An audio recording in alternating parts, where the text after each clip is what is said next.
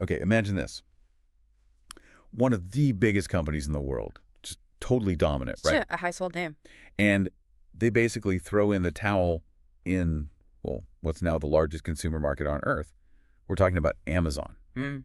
Specifically, their surprising retreat from China. It's a huge story. So today, we're doing a deep dive into that whole 15-year struggle, Amazon's exit from China, and especially digging into the details of when they bought that local site, Joyo.com. Right. And our mission here, for you listening, is to really unpack why.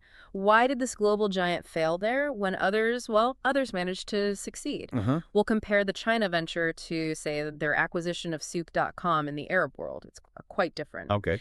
And we want to uncover what surprising lessons this holds, for global business, for cultural understanding, and maybe even for the spirit of entrepreneurship itself. That's a lot to unpack. And I think to really get it, we kind of need to rewind, don't we? Definitely. Like 20 years ago, how people saw China was just completely different. Yeah. Oh, absolutely. Night and day. Most American companies, honestly, most of the world just saw it as, the place to get stuff made cheap. Manufacturing hub. That was the primary lens, yeah. The idea that it would become this massive consumer market with huge spending power, that wasn't really on the radar for most.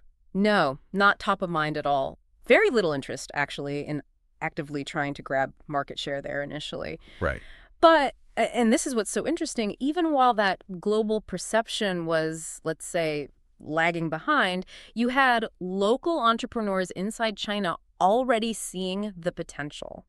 Oh. They were ahead of the curve. Take Joyo.com, founded way back in 2000. By engineers, right? Yeah, exactly. Engineers who clearly saw where things were headed. And get this, by 2004, just 4 years later, they were doing $53 million in revenue. $53 million. Wow, in 2004. And they had a significant chunk, like 20% of China's online shopping market at that point. 20%.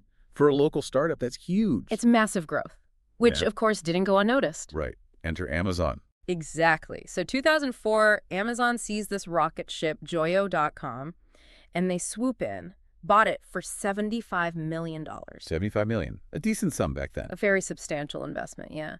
And they did the Amazon thing, rebranded it Amazon China, redesigned the website. The classic clean minimalist look. You got it. The global aesthetic. And the thinking obviously was, okay, this is it. This is our clear path to dominating China just like we did elsewhere. Makes sense on paper.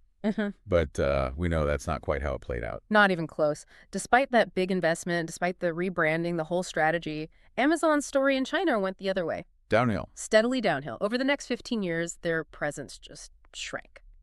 Fast forward to, say, 2016 to 2019. Yeah. That 20% market share they inherited had collapsed, plummeted to just 0.6%. 0.6% from 20. That's almost nothing. It's basically vanishing. So yeah, after 15 long years of trying... They pulled the plug. Yep. 2019, Amazon officially announced they were withdrawing their marketplace from China. And meanwhile, you've got the local giant. Oh, yeah.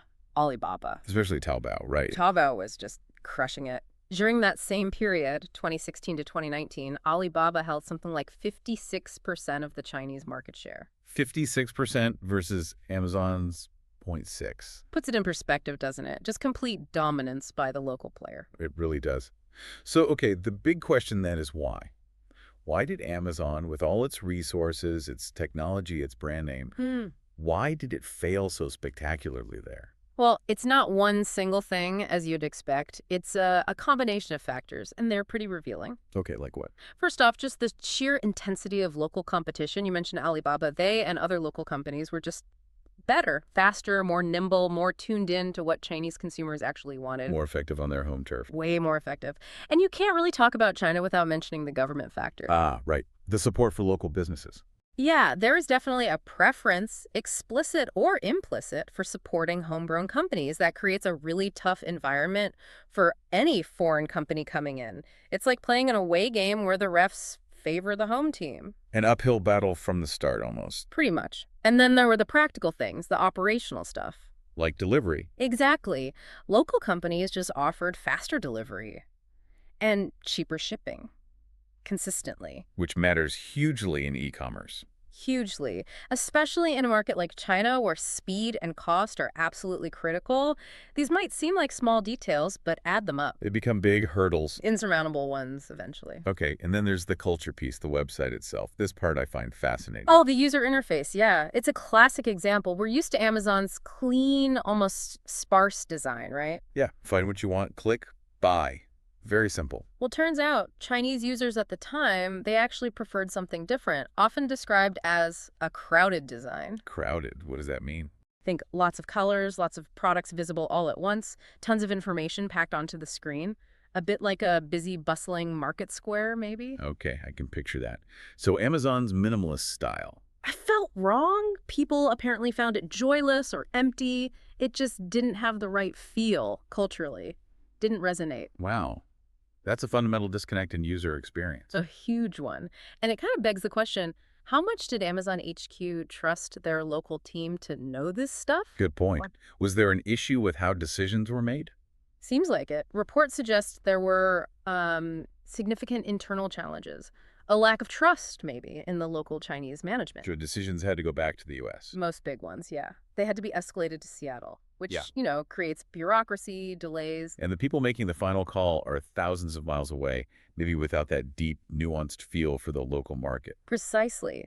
That centralization trying to run China from the U.S., it really seemed to hamper their ability to adapt quickly. And it's not like Amazon was alone in facing these kinds of issues in China. Yeah. Not at all. You mentioned Facebook earlier. They struggled and eventually exited. And Uber, too. Yep, Uber pulled out in 2016. Their local rival, Didi, just dominated them, had like 87% of the ride-sharing market. It's a pattern we've seen with quite a few major American tech companies. Okay, so China was clearly a uniquely tough nut to crack. Yeah. But let's shift gears like you mentioned earlier. What about Souq.com? Right, the acquisition in the Arab world. Very different context. Amazon bought Souq, reportedly for $580 million. Some say maybe even $650 million. And Souq, before Amazon, was the player there, right? Absolutely dominant. Pretty much a monopoly in many ways across the Arab countries. Hugely popular, driven by founders who really understood the region. So the question for you listening is what happened after Amazon took over Souq? Did it thrive like, say, Zappos did after Amazon bought them? Or did it face challenges, maybe more like the Joyo.com experience? And what's really wild is the valuation story with Souq. Oh yeah, the numbers are crazy.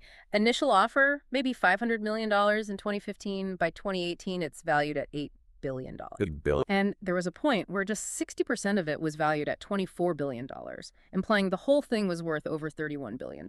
That's astronomical growth compared to the China situation. Yeah. So what was different? Was it just less competition, or did Amazon maybe handle the integration differently? That's the key question, isn't it? Maybe a lighter touch, more local autonomy. It certainly suggests Amazon's approach isn't always the same everywhere. Yeah, context is everything. And today, Amazon's focus seems heavily shifted towards India, another massive, complex market. Where they're battling another strong local player, Noon.com. Exactly. Both have around 31% market share, neck and neck. But some projections actually had Noon.com potentially surpassing Amazon's revenues there by 2023. So fight continues. The global e-commerce game is just relentless. Okay, but let's circle back to China for one final, really compelling twist. Ah, yes, Li Enjun. The engineer who founded Joyo.com sold it to Amazon for $75 million back in 2004. He didn't just, sail off into the sunset. Not even slightly. He took that money and experience and went on to found Xiaomi. Xiaomi, the electronics giant. Huge global brand now, competing with Apple, Samsung. It's incredible. And Lei Jun himself, now one of the wealthiest people on the planet. Net worth over $140 billion. $140 billion. From the guy who sold his first company for $75 million. Makes you think, doesn't it? What if he hadn't sold Joyo? Or what if he'd kept, say, 40 or 50%? Or stayed involved somehow. Yeah. What would Joyo be worth today? What would his net worth be? It's impossible to know, but it highlights something about entrepreneurs, right? For many, it's not just about the exit, the sale. It's about the building. Yeah, the creation, the journey itself. That's often the biggest reward. And it's why someone like Lei Jun, even after a successful exit, dives right back in to build something even bigger from scratch. What a story. So wrapping this all up, the big takeaway from Amazon in China seems to be, well, that global success isn't guaranteed, even for giants. No, it's not just about having deep pockets or a famous brand. It's this really complex mix, isn't it? Understanding the local competition, navigating government stuff, adapting to culture like that website design. Uh-huh. And crucially, empowering local teams, trusting them, letting them make decisions quickly on the ground. Seems like that was a major stumbling block for Amazon there. It certainly appears that way. So, the question we want to leave you with is this. What do you think was the single most critical factor in Amazon's China struggle? And maybe, what does Lei Jun's amazing journey tell us about the real value of that entrepreneurial drive compared to just being part of a huge corporation? Something to mull over until our next